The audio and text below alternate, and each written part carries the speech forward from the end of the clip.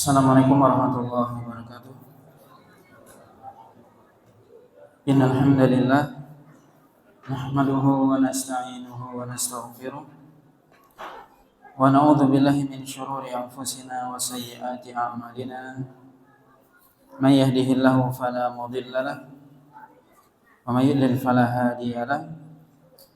Asyhadu an la ilaha illallah wahdahu la syarika lahu wa asyhadu anna Muhammadan abduhu wa rasuluh alladzi la rasula wa la nabiyya ba'dah. Ya ayyuhalladzina amanu taqullaha haqqa tuqatih wa la tamutunna illa wa antum muslimun. Amma ba'd. Bapak dan Ibu kaum muslimin dan kaum muslimat yang dirahmati Allah Subhanahu wa taala. Pada malam hari ini kita lanjutkan pembahasan dari kitab Sahih Muslim. Masih dalam kitab zakah, yaitu bab yang berjudul Fadlut Ta'affufi Was-Sabri,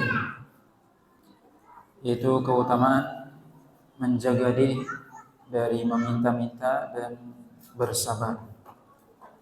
Keutamaan menjaga diri dari meminta-minta dan bersabar. Dalam bab ini disebutkan oleh Imam Muslim hadis dari Abi Sa'id Al-Khudri radhiyallahu taala anhu, anna nasan minal ansar sa'alu Rasulullah sallallahu alaihi wasallam fa'atahum thumma sa'aluhu fa'atahum hatta nafida ma indahu qala ma yakun indi min khairin falan addakhirahu ankum wa man yasta'fif yu'iffahu Allah wa man yastaghni yughnihi Allah wa man yasbir yusabbirhu Allah wa ma u'tiya ahadun min ata'in khairan wa awsa'a min as-sabr. Hadis dari Abi Sa'id Al-Khudri radhiyallahu taala anhu, bahwasanya ada sebagian sahabat dari kalangan Ansar datang dan meminta kepada Nabi sallallahu alaihi wasallam. Meminta kepada Nabi sallallahu alaihi wasallam, kemudian Nabi sallallahu alaihi wasallam memberi mereka. Maksudnya di sini meminta harta. Mungkin ya, harta sedekah dan yang lainnya atau zakat. Maka Nabi SAW memberi mereka. Kemudian mereka datang lagi dan meminta lagi. Kemudian Rasulullah SAW memberikan kepada mereka apa yang mereka minta sampai habis apa yang ada di sisi Nabi SAW. Kemudian Nabi mengatakan, tidaklah aku menyimpan sesuatu, tidaklah aku memiliki sesuatu kemudian aku tidak akan menyimpannya dari kalian, kata Nabi SAW. Dan siapa saja yang dia menjaga dirinya untuk tidak meminta-minta, maka Allah SWT akan memberikan sifat tersebut, yaitu Allah SWT akan menjaga dirinya dari meminta-minta. Siapa yang dia berusaha untuk mencukupkan diri dengan apa yang Allah berikan, maka Allah akan berikan kepada dia kecukupan. Siapa yang berusaha sabar, maka Allah SWT akan memberikan kesabaran kepadanya. Dan tidaklah seseorang diberikan suatu pemberian yang dari kebaikan. Tidaklah, kata Nabi SAW, seseorang diberikan dari suatu pemberian yang lebih baik dan yang lebih luas daripada sabar. Maka dalam hadis ini Abu Sa'id Al-Khudri menjelaskan bahwasanya Rasulullah SAW ketika diminta, maka beliau senantiasa memberi, maka beliau tidak pernah menyimpan apa yang ada sama beliau. Ketika ada, dikasih. Kemudian Nabi mengatakan apa? Bahwasanya wa may yasta'fif yu'iffahu Allah. Siapa yang berusaha untuk menjaga dirinya dari meminta-minta, maka Allah SWT akan membuat dia memiliki sifat tersebut sehingga dia tidak minta-minta. Siapa yang berusaha untuk merasa cukup terhadap apa yang diberikan oleh Allah, Allah akan berikan kecukupan kepada dia. Siapa yang berusaha sabar, maka Allah berikan kepada dia kesabaran. Maka hadis ini juga memberikan faedah kepada kita bahwasanya seorang hendaknya dia berusaha tentunya untuk bersabar, untuk merasa cukup terhadap apa yang Allah berikan. Maka Allah SWT akan berikan apa yang dia inginkan. Artinya ketika dia berusaha sabar, Allah akan berikan kepada dia sifat sabar. Ketika dia berusaha merasa cukup terhadap pemberian Allah, terhadap rezeki Allah, maka dia akan diberikan kecukupan oleh Allah SWT. Maka hadis ini juga disebutkan oleh para ulama bahwasanya seorang sifat itu tentunya bisa untuk dipelajari, artinya diusahakan. Sebagian sifat itu, kata para ulama, akhlak atau sifat itu ada dua macam. Yang pertama namanya jibillah. Jibillah itu adalah sifat bawaan, pemberian dari Allah. Seorang yang dia memiliki sifat penyabar karena Allah berikan, memang dari keturunannya, orang tuanya dan sebagainya, dia penyabar, maka dia sabar juga. Maka itu namanya sifat bawaan. Ada seorang yang dia dermawan, memang orang tuanya dermawan, sifat itu menurun kepada dia, maka itu namanya sifat jibillah, akhlak yang berupa bawaan, keturunan. Yang kedua, akhlak itu bisa diusahakan. Maka ini dalilnya hadis ini, bahwasanya seorang mungkin dia dari keturunan orang yang tidak sabar, atau orang tuanya tidak sabar, suka pemarah dan sebagainya misalnya, dia bisa mengusahakan dirinya supaya bisa bersabar. Maka sabar itu bisa diusahakan, bisa dilatih. Maka akhlak itu bisa dilatih. Sebagaimana kita melatih jasad kita, badan kita, latihan, mungkin orang olahragawan dan sebagainya, dia melatih badannya supaya bisa kuat. Mungkin setiap hari latihan lari, sit up, push up dan sebagainya, macam-macam, bisa. Ternyata sifat juga bisa begitu. Sifatnya. Jadi sifat itu bukan hanya bawaan, tapi juga bisa dilatih. Rasulullah SAW di sini mengatakan, wa man yasbir yusabbirullah. Siapa yang berusaha belajar, berusaha untuk sabar, maka Allah berikan kepada dia sifat sabar. Maka ini dalil, ya, hadis ini menjadi dalil bahwasanya akhlak atau sifat itu bisa dilatih, bisa berubah. Orang tadinya misalnya punya sifat tidak penyabar, bisa sabar. Yang tadinya pemarah bisa menahan dirinya, dan seterusnya. Dan juga di sini bisa kita lihat bagaimana Allah SWT memberikan kepada seseorang sesuai dengan usahanya. Seorang ketika dia berusaha untuk merasa cukup terhadap Allah, apa yang Allah berikan, dia tidak minta-minta, Allah berikan kepada dia kecukupan. Tapi kalau dia senantiasa meminta-minta, walaupun dia mungkin memiliki banyak harta, tapi memang sifat dia suka minta-minta, selalu merasa butuh dan sebagainya, maka Allah akan bikin dia atau hatinya selalu merasa butuh dan miskin. Maka hendaknya, sebagaimana yang disebutkan dalam pertemuan yang lalu, hadis Nabi, laisal ghina ghinan bi kathratil arad, walakinnal ghina ghinan nafs. Bukanlah kaya itu yang banyak hartanya, tapi kaya hatinya. Dia berusaha merasa cukup, hatinya merasa cukup terhadap apa yang Allah berikan, maka Allah akan berikan kepada dia kecukupan.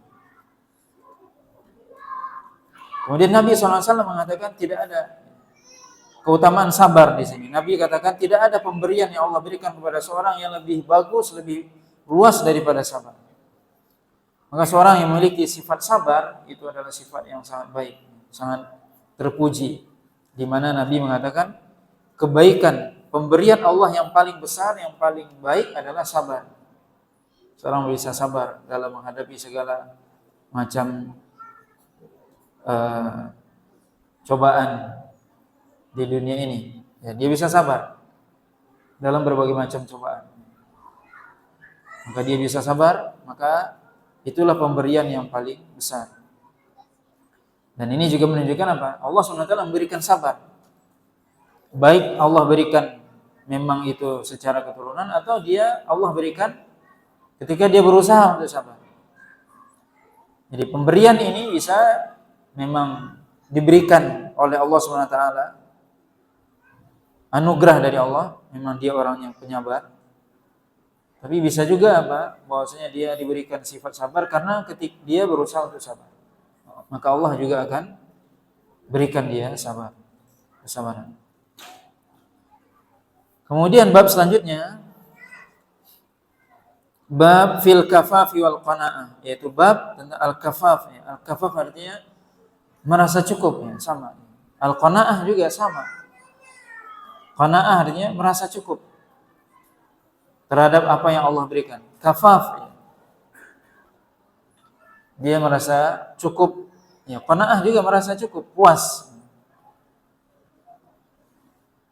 Dalam bab ini disebutkan hadis dari Abdullah bin Amr bin Al-As radhiyallahu taala anhu, anna Rasulullah sallallahu alaihi wasallam qala, qad aflaha man aslama wa ruziqa kafafan wa qanna'ahu Allahu bima atah.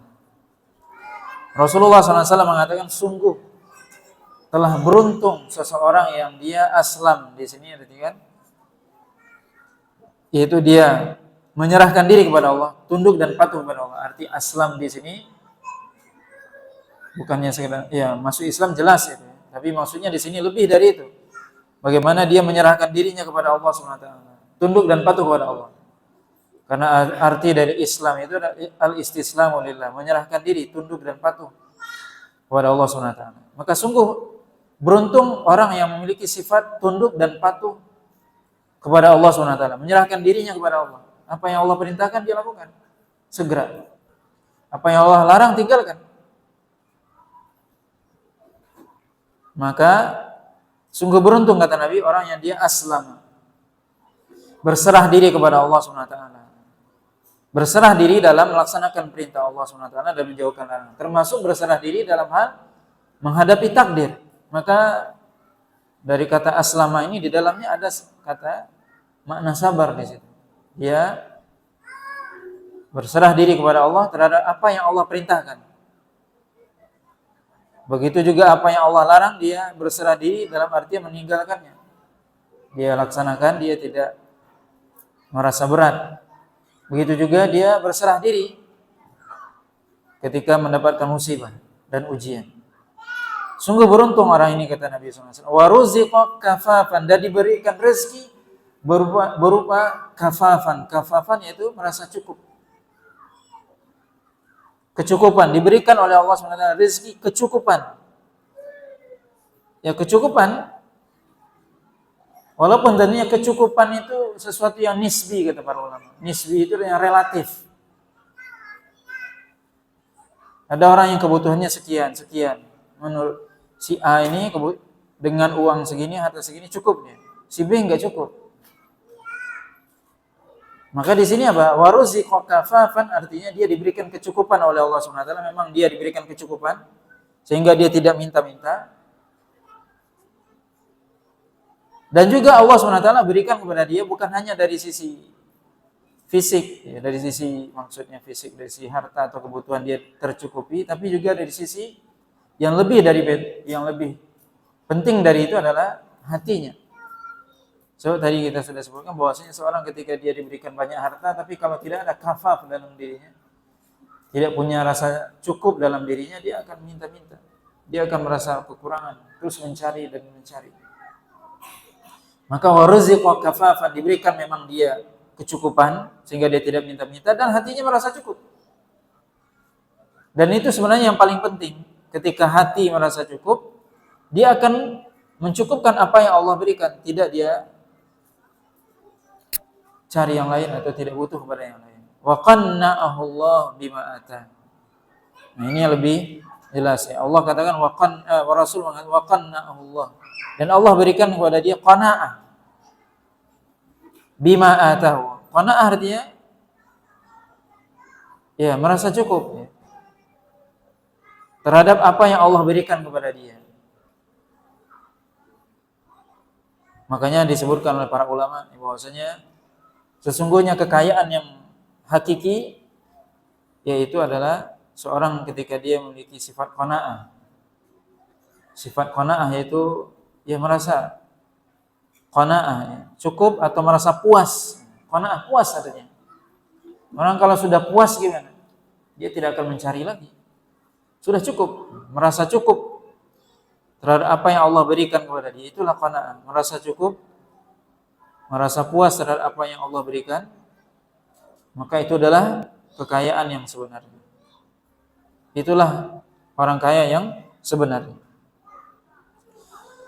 Kemudian hadis selanjutnya dari Abi Hurairah radhiyallahu taala anhu, qala Rasulullah sallallahu alaihi wasallam,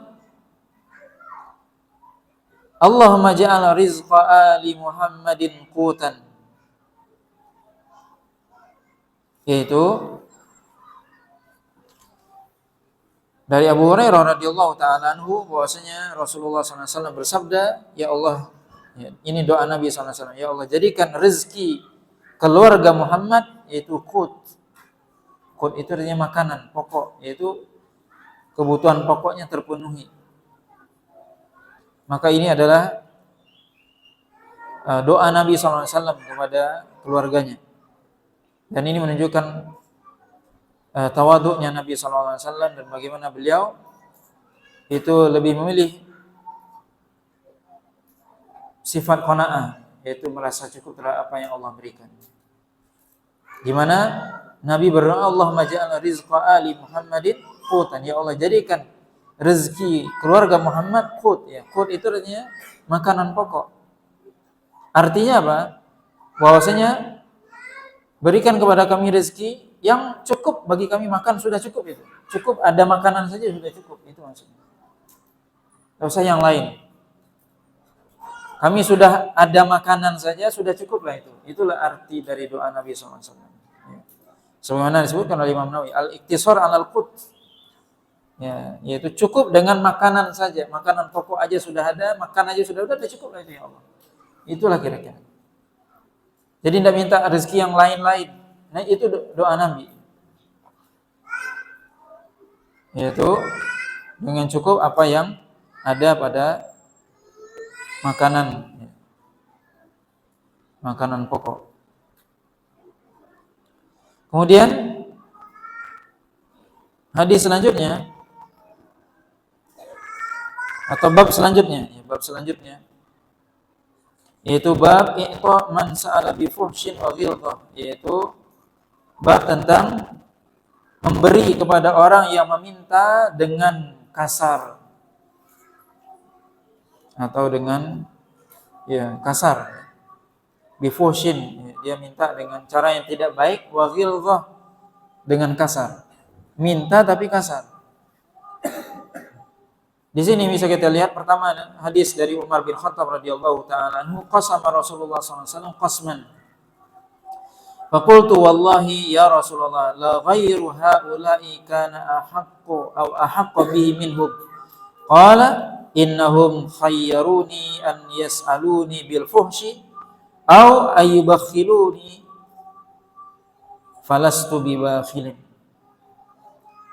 Dari Umar bin Khattab radhiyallahu taala anhu, beliau mengatakan bahwasanya Rasulullah SAW pernah membagi harta, Allah maksudnya harta zakat, ya, sedekah, harta zakat.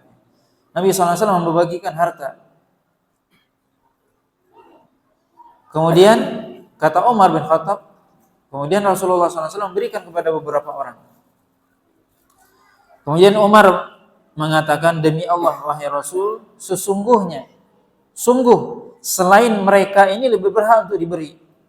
Jadi Nabi memberikan harta ini kepada sekelompok orang yang kelihatannya adalah orang-orang Arab Badui, di mana Umar mengatakan sebenarnya ada yang lain yang lebih berhak daripada mereka ini. Apa kata Nabi SAW? Sesungguhnya mereka ini memberikan dua pilihan kepadaku. Memberikan pilihan kepadaku. Dan pilihannya cuma dua, apa itu? Bagaimana mereka meminta kepadaku dengan cara yang tidak baik, atau mengatakan kepadaku, aku ini bakhil, dan aku ini bukan orang bakhil, kata Nabi. Ini bisa kita lihat bagaimana ya Nabi SAW diminta. Ketika diminta, orang yang minta itu dengan cara yang tidak baik, mungkin dengan kasar, dengan kata-kata yang tidak enak dan sebagainya. Sebagaimana nanti akan disebutkan hadis setelahnya. Kalau nggak dikasih, dikatakannya dia bakhil. Nabi dikatakan bakhil. Jadi Nabi nggak ada pilihan. Nabi beri atau tidak. Kalau Nabi tidak beri, mereka katakan apa? Nabi bakhil. Kata Nabi, aku nggak bakhil, maka aku beri. Ini menunjukkan bahasanya apa? Karomnya Nabi, yaitu dermawannya Nabi, bagaimana beliau memberi kepada orang dan walaupun orang itu minta dengan cara yang tidak baik. Kemudian hadis selanjutnya dari Anas bin Malik radhiyallahu taala anhu, qala kuntu amshi ma'a Rasulillah sallallahu alaihi wasallam wa alaihi ridaun najraniyun ghalidhul hasyiyah fa adrakahu a'rabiyyun fajadhabahu biridaihi jadbatan syadidatan nazartu ila safhati unuqi Rasulillah sallallahu alaihi wasallam qad atharat biha hasyiyatur rida min shiddati jabdhatihi thumma qala ya Muhammad murli min malillahi alladhi indak faltafata ilaihi Rasulullah sallallahu alaihi wasallam fadhahika thumma amara lahu bi'ata'in. Subhanallah. Nah, hadis ini dari Anas bin Malik radhiyallahu ta'ala anhu. Coba kita perhatikan. Ya, bagaimana akhlak Nabi. Kata Anas bin Malik, beliau masih kecil. Saya berjalan bersama Nabi SAW, di mana beliau ketika itu memakai bajunya dari Najran. Najran itu nama daerah.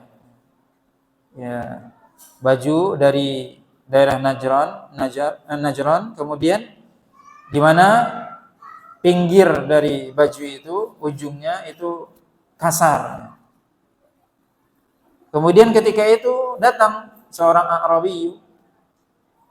Arab Badui, kemudian menarik baju Nabi SAW dengan kencang, dengan keras, sampai memberikan bekas di leher Nabi. Kerahnya mungkin atau apa ya, kasar. Ditarik oleh orang Badui tadi sampai membekas. Karena baju Nabi memang kasar lehernya, dan juga tarikannya kencang, maka membekas di leher Nabi tarikan tersebut karena saking kerasnya, kata Anas.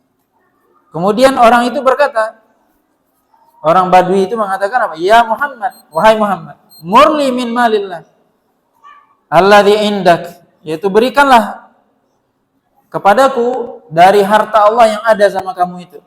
Bahasanya seperti itu. Kemudian Nabi SAW menoleh kepada orang tersebut dan tertawa. Kemudian Nabi SAW memberikan apa yang dia minta. Ya, subhanallah. Ini bisa kita lihat bagaimana akhlak Nabi SAW dan bagaimana sabarnya Nabi SAW. Bagaimana beliau berjalan dengan Anas, kemudian ketemu dengan seorang Arab Badui, kemudian langsung ditarik bajunya. Saking kerasnya sampai berbekas di leher Nabi SAW. Kemudian juga langsung manggil Nabi. Kalau para sahabat itu manggilnya dengan ya Rasulullah. Ini panggil nama. Ya Muhammad, wahai Muhammad, beri aku harta yang Allah berikan sama kamu itu. Bahasa sederhananya gitu. Beri aku harta Allah yang ada sama kamu itu. Ya subhanallah, coba kita pikirkan. Kalau kita di posisi Nabi, kira-kira gimana?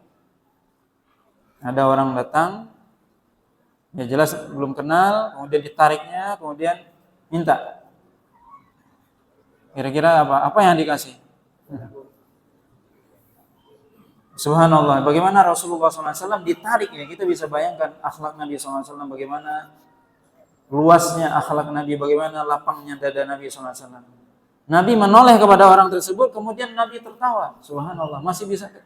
Bagaimana Nabi bisa ketawa, senyum kepada Nabi melihat orang itu. Ya subhanallah, ya bagaimana akhlak Nabi SAW. Yang mungkin kalau kita mungkin nggak bisa seperti itu atau belum bisa seperti itu. Sudah dia kasar dari sisi perbuatan, perkataan juga kasar. Cara ngomong kasar, keras, suaranya tinggi, yang diomongkan juga nggak enak, nggak ada adabnya dan sebagainya. Ya begitulah orang Arab Badui, dan itu yang dihadapi oleh Nabi SAW. Tapi Nabi SAW bisa sabar. Kenapa? Karena Nabi SAW ingin mereka masuk Islam. Itulah yang membuat mereka luluh, yaitu akhlak Nabi SAW. Bagaimana Nabi berakhlak sudah seperti itu, kemudian apa? Nabi tidak marah. Itu yang membuat orang-orang Arab Badui itu masuk ke dalam Islam. Sudah dikasarin dengan perbuatan, dikasarin dengan perkataan, Nabi biasa aja, santai aja. Maksudnya ya senyum aja, biasa aja. Tidak ada berbekas bagi Nabi dalam perkataan beliau. Tidak boleh membentak pula dan sebagainya, enggak. Maka ini ya, bagaimana kita lihat ya, subhanallah, bagaimana akhlak Rasulullah SAW yang tentunya kita perlu mempelajarinya. Ya perlu kita berlatih. Bagaimana kita ya meniru akhlak Nabi SAW. Ya, tujuannya bagaimana? Agar ya bagaimana ya seorang yang dilihat itu akhlaknya ketika bagaimana kita baca sirah nabawiyah, bagaimana orang-orang Arab Badui itu masuk Islam itu karena akhlak Nabi SAW. Ya, kebanyakannya karena akhlak Nabi.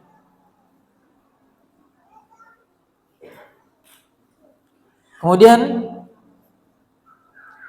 riwayat selanjutnya dari Al-Miswar ibni Makhramah radhiyallahu ta'ala anhu annahu qala qasama Rasulullah sallallahu alaihi wasallam abqiyatan wa lam yu'ti Makhramah syai'an. Faqala Makhramatu ya bunai intalik bina ila Rasulillah sallallahu alaihi wasallam. Fantalaqtu ma'ahu. Qala udkhul fad'uhu li. Qala fada'utuhu lah. Fakharaja ilaihi wa alaihi qaba'un minha. Qala khaba'tu hadha laka. Qala fanadhara ilaihi faqala radiya Makhramah.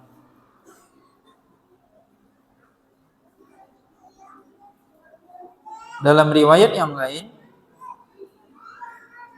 disebutkan qadimat ala Nabi sallallahu alaihi wasallam abqiyatan atau abqiyatun.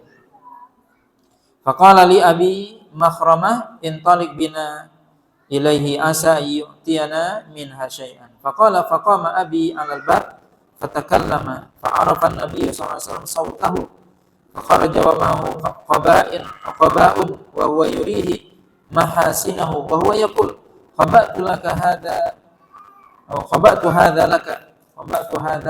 laka.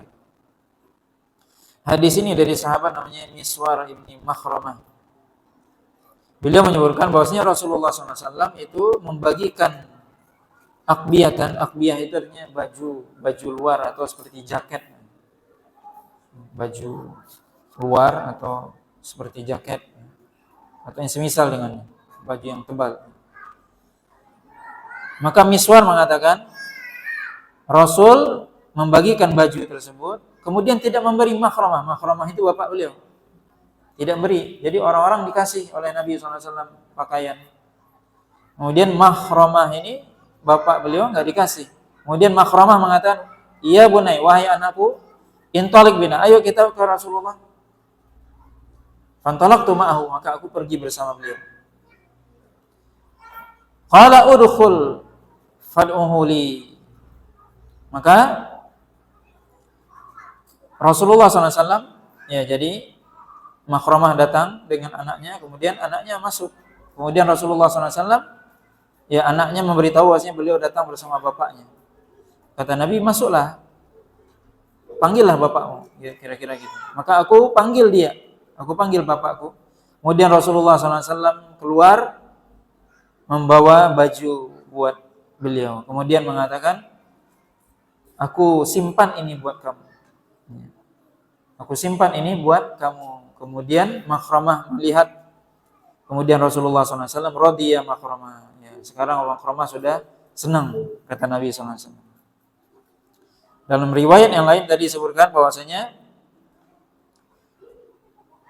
di sini lebih detail bahwasanya datang kepada Nabi pakaian-pakaian, kemudian Makhramah mengatakan kepadaku, kata Al-Miswar, mari kita pergi ke tempat Nabi, mudah-mudahan beliau kasih kita sesuatu. Maka kemudian bapakku berdiri di depan pintu, kemudian beliau berbicara, kemudian Nabi mengetahui suara beliau, kemudian keluar dan membawa baju. Kemudian Nabi menyebutkan kelebihan baju ini dan mengatakan, khaba'tu hadza laka, aku simpan ini buat kamu. Nah, maka hadis ini kita bisa lihat bagaimana ya wallahu alam Makhramah ini beliau tidak diberi oleh Nabi SAW. Kemudian dapat berita, ya Nabi bagi-bagi baju gitu. Kemudian ya mungkin tetangganya pulang dan sebagainya. Dia nggak dapat. Kemudian datang kepada Nabi. Dan ini bisa kita lihat bagaimana Nabi SAW itu orang yang bisa menjaga perasaan para sahabatnya. Ini orang dapat semua, dia enggak. Ya wallahu alam, ya Nabi SAW ketika datang sahabat ini, maka Nabi mengatakan dengan perkataan, khaba'tu hadza laka. Sengaja aku menyimpan ini buat kamu, khusus ini. Sehingga dia merasa bahwasanya dia ya dikhususkan oleh Nabi SAW, senang. Kemudian juga faedah dari hadis ini, yaitu bolehnya seorang menyebutkan ketika dia memberi suatu hadiah kepada orang lain, dia boleh menyebutkan kelebihan hadiah itu. Ya, supaya orang tersebut merasa dia mendapatkan hadiah itu dengan senang. Kemudian juga ketika dia mengetahui kelebihannya, dia tentunya merasa lebih dispesialkan, berarti wah saya diberi hadiah enggak asal-asalan, bukan hadiah abal-abal, tapi dia ini ada kelebihannya ini. Boleh seorang ya ketika dia memberi hadiah, maka dia sebutkan kelebihan hadiah itu kepada orang yang dia beri. Tujuannya semua untuk memberikan memberikan kenyamanan ya kepada atau menyenangkan orang yang diberi hadiah. Kemudian bab selanjutnya, bab i'ta man yukhafu ala imanihi, yaitu bab tentang memberi kepada orang yang dikhawatirkan tentang imannya. Memberi kepada orang yang dikhawatirkan imannya. Artinya dikhawatirkan imannya apa? Orang ini lemah iman, maka diberi supaya imannya kuat, itu maksudnya. Di sini disebutkan hadis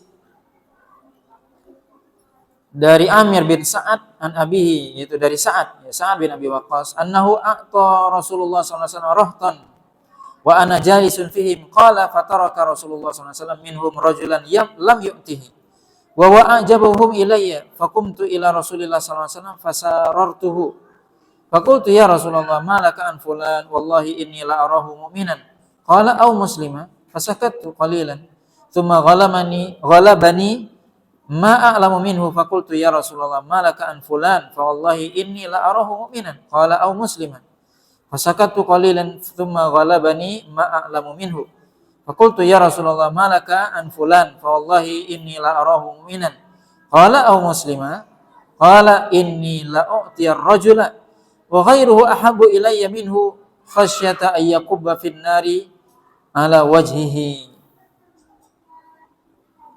Itu hadis ini, hadis dari Sa'ad, dari Amir bin Sa'ad bin Abi Waqqas radhiyallahu taala anhu, bahwasanya Sa'ad mengatakan Rasulullah SAW memberikan sesuatu kepada sekelompok orang, sekelompok sahabat, rohtan, beberapa orang. Sedangkan aku sedang duduk di antara mereka, kata Sa'ad. Kemudian Rasulullah SAW memberi semua orang tersebut, sekelompok orang itu semuanya diberi, kecuali satu orang nggak diberi oleh Nabi SAW. Padahal kata Sa'ad, orang ini aku lebih kagum kepada dia. Dari orang yang banyak ini, aku kagum kepada orang ini. Kagum dari sisi apanya? Dari sisi imannya, dari sisi kebaikannya atau bukan akhlaknya. Aku kagum kepada orang ini. Tapi Nabi nggak ngasih dia.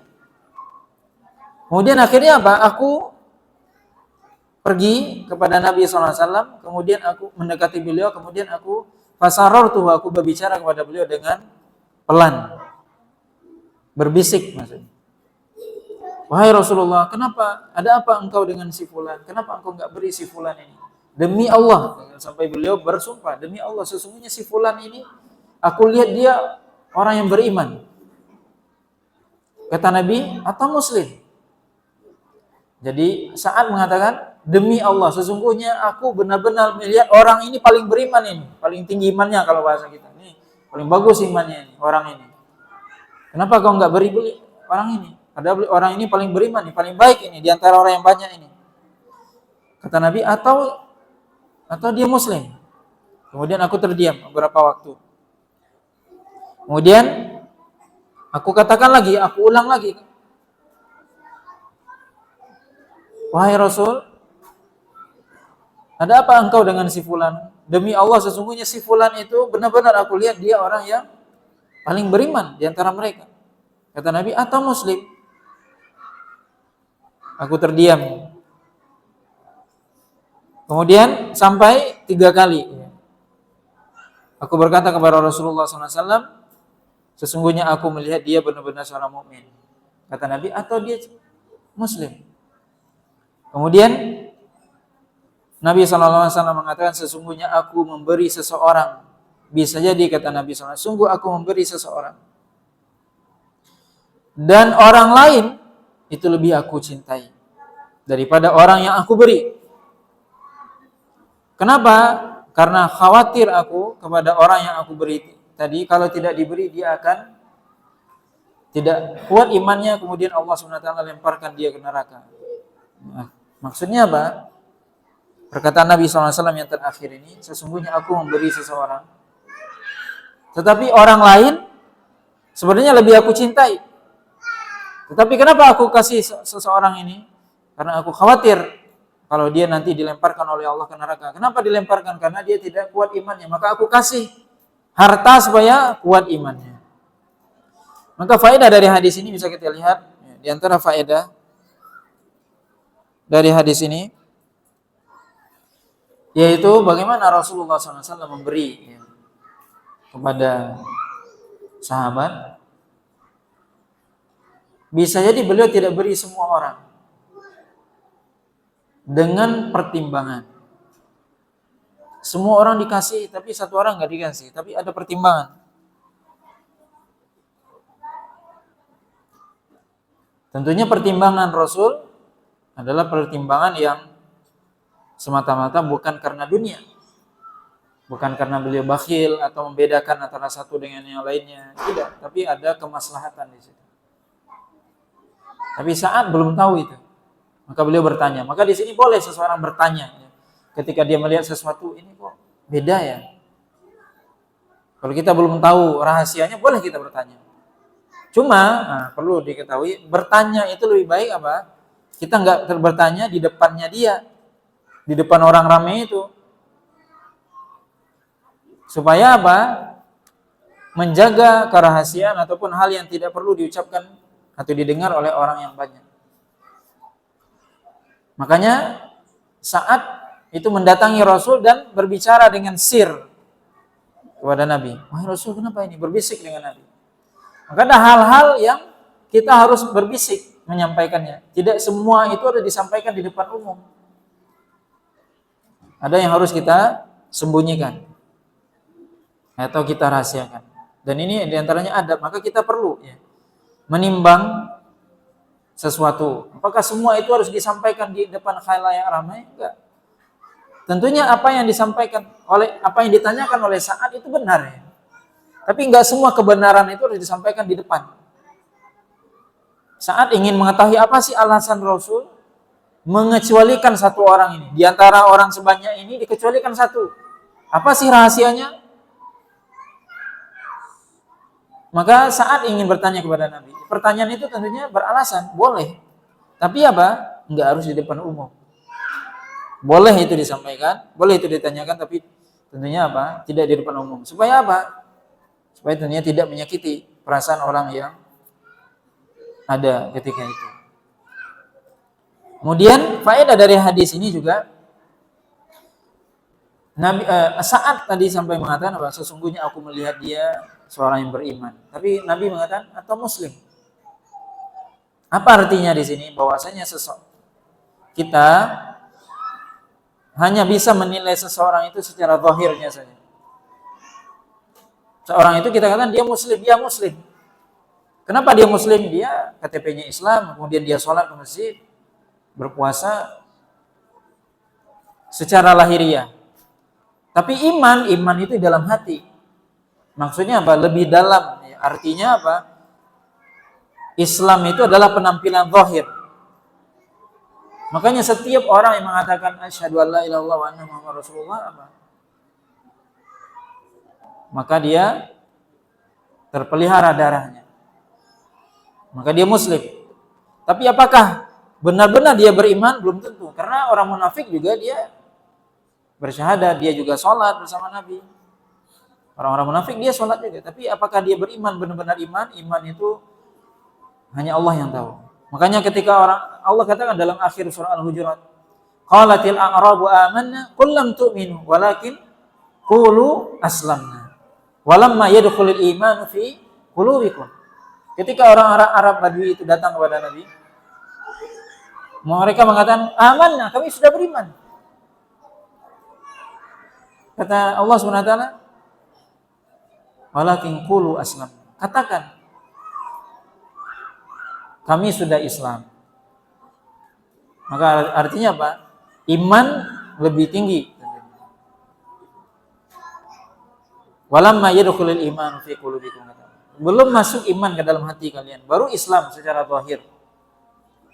Maka seorang yang menampakkan keislaman, kita hukumi dia secara dia muslim, iya muslim, tapi dia beriman belum tentu.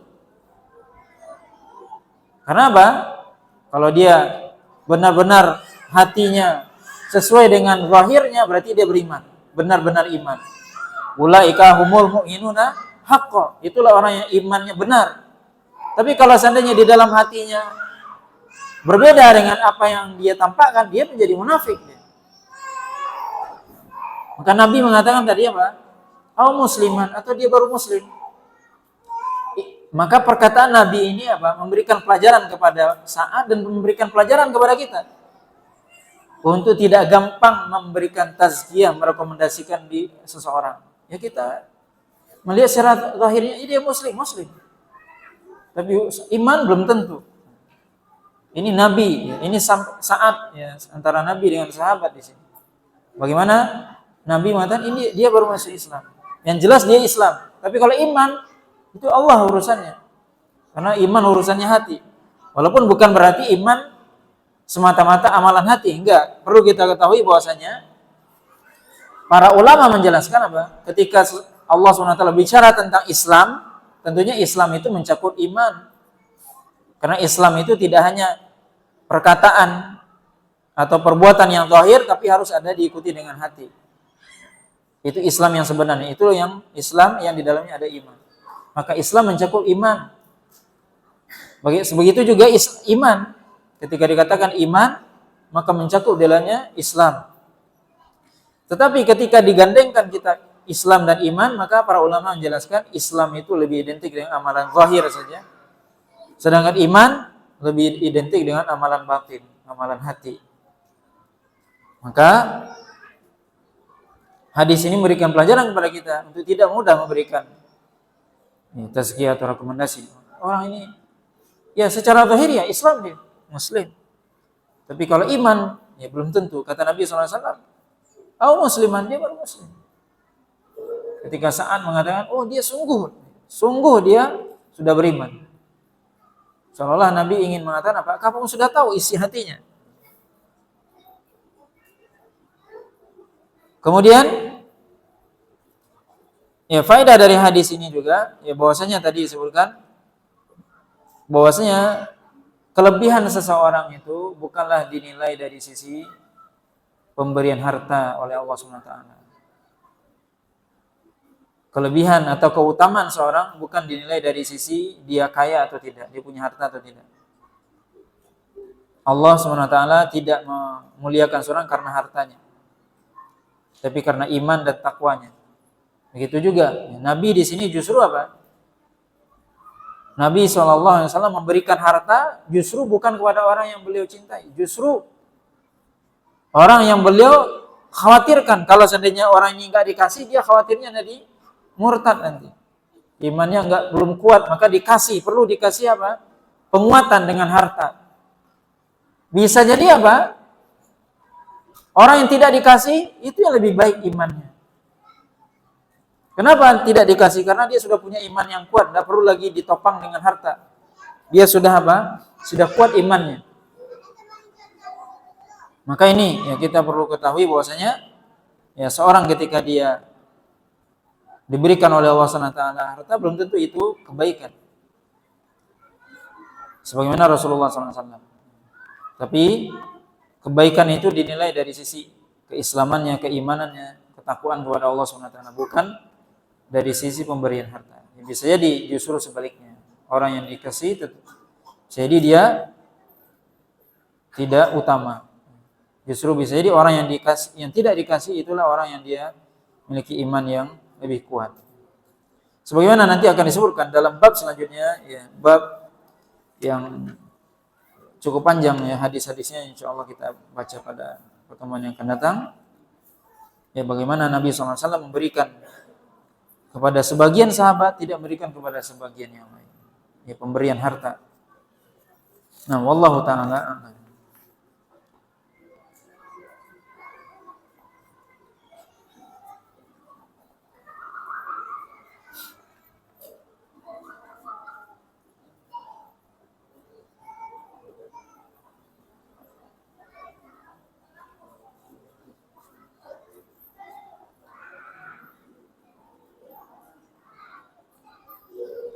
Nah,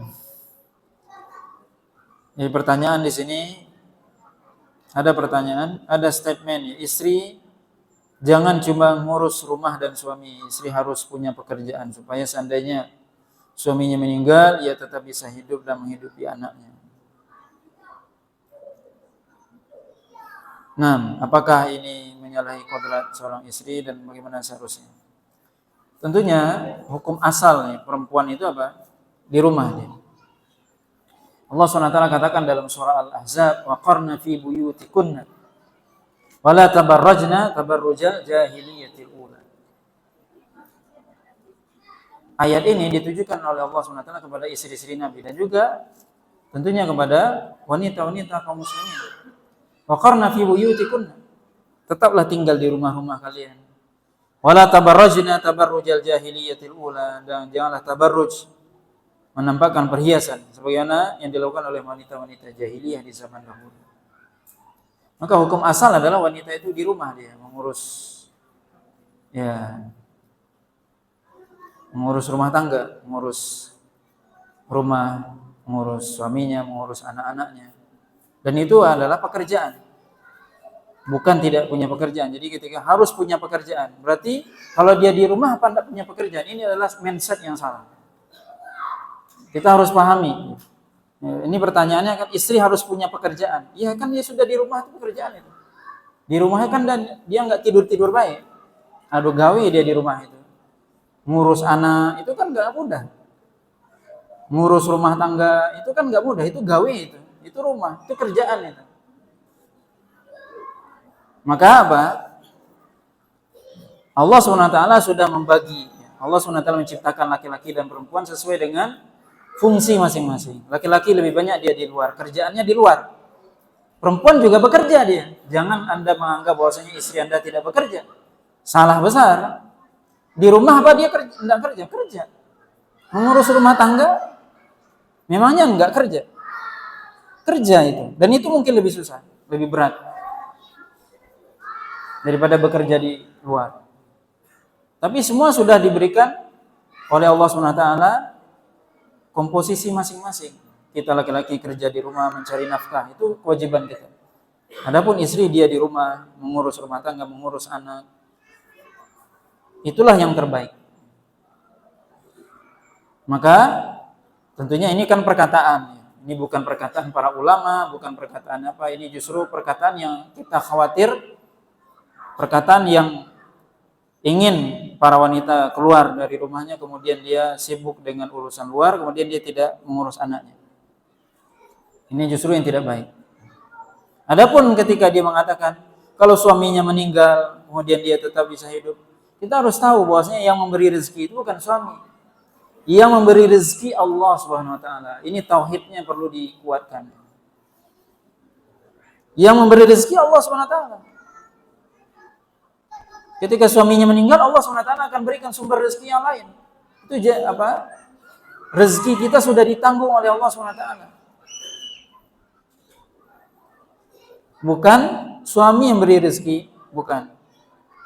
Itu hanya sebab. Maka akan ada sebab yang lain. Ketika meninggal suaminya, ada sebab yang lain. Pindah sebab. Itu Allah SWT Maha Kuasa. Nah, maka ini apa? Yang enggak perlu mungkin terpengaruh dengan hal itu. Dan bukan juga berarti wanita tidak boleh keluar, bekerja di luar. Boleh saja. Tapi tentunya para ulama sudah memberikan aturan. Pertama, dia tidak ikhtilat, keluar rumahnya menutup aurat dengan sempurna, tidak ikhtilat dengan lawan jenis. Kemudian dia pekerjaan itu sesuai dengan kemampuan dia sebagai wanita misalnya, bukan pekerjaan yang berat dan sebagainya. Dan ya secukupnya, dengan syarat tentunya, dengan syarat yang paling utama diizinkan oleh suaminya dan tidak meninggalkan perbuatan wajib, pekerjaan yang wajib, yaitu di rumahnya mengurus anak dan rumah tangga. Boleh dia bekerja di luar, tapi dengan syarat. Pertama sekali tentunya diizinkan oleh suami. Tapi kalau dia di rumah itu tentunya lebih baik. Maka Allah SWT yang menyuruh para wanita untuk di rumah, ini bagi wanita. Makanya ya jangan terlalu banyak baca medsos. Ini kan dibilang ini perkataan yang tersebar di akun. Nah, ini karena terlalu banyak mengkonsumsi dumai dunia maya. Makanya para akhwat, para wanita, para ibu-ibu jangan terlalu banyak baca apa? Jangan terlalu aktif di dunia maya. Aktif saja di dunia nyata. Ngurus anak, ngurus rumah tangga itu lebih baik daripada Anda aktif di dunia maya. Apa faedah? Kecuali yang berkaitan dengan hal yang bersifat ilmu. Anda mendengarkan pengajian ataupun halaqah atau apapun. Ada belajar, boleh. Tapi itu juga dengan syarat nantinya waktunya harus diatur. Itu harus diatur. Jadi makanya hal seperti ini kita sering mendapatkan hal-hal yang sifatnya perkataan, pernyataan, apalah macam-macam di dunia maya. Terus kita jadi bingung. Padahal apa? Memang harusnya apa? Kalau dunia maya menjadikan kita bingung, enggak usah, jauhkan diri dari dunia maya. Yang kedua apa? Ya kita harus ingat bahwasanya itu kan perkataan manusia. Yang harus kita taati, yang jelas-jelas adalah perkataan Allah dan Rasul. Perkataan Allah dan Rasul lah yang harus kita ikuti, yang harus kita pegang. Adapun perkataan manusia jangan membuat kita bimbang. Maka kita harus kembalikan kepada Allah dan Rasul. Ya, hal yang seperti ini mestinya kita kembali kepada syariat. Coba kita lihat apa Allah perintahkan, apa yang Nabi perintahkan. Nah, wallahu ta'ala a'lam wa sallallahu ala nabiyyina Muhammadin wa ala alihi wasallam. Wassalamualaikum warahmatullahi wabarakatuh.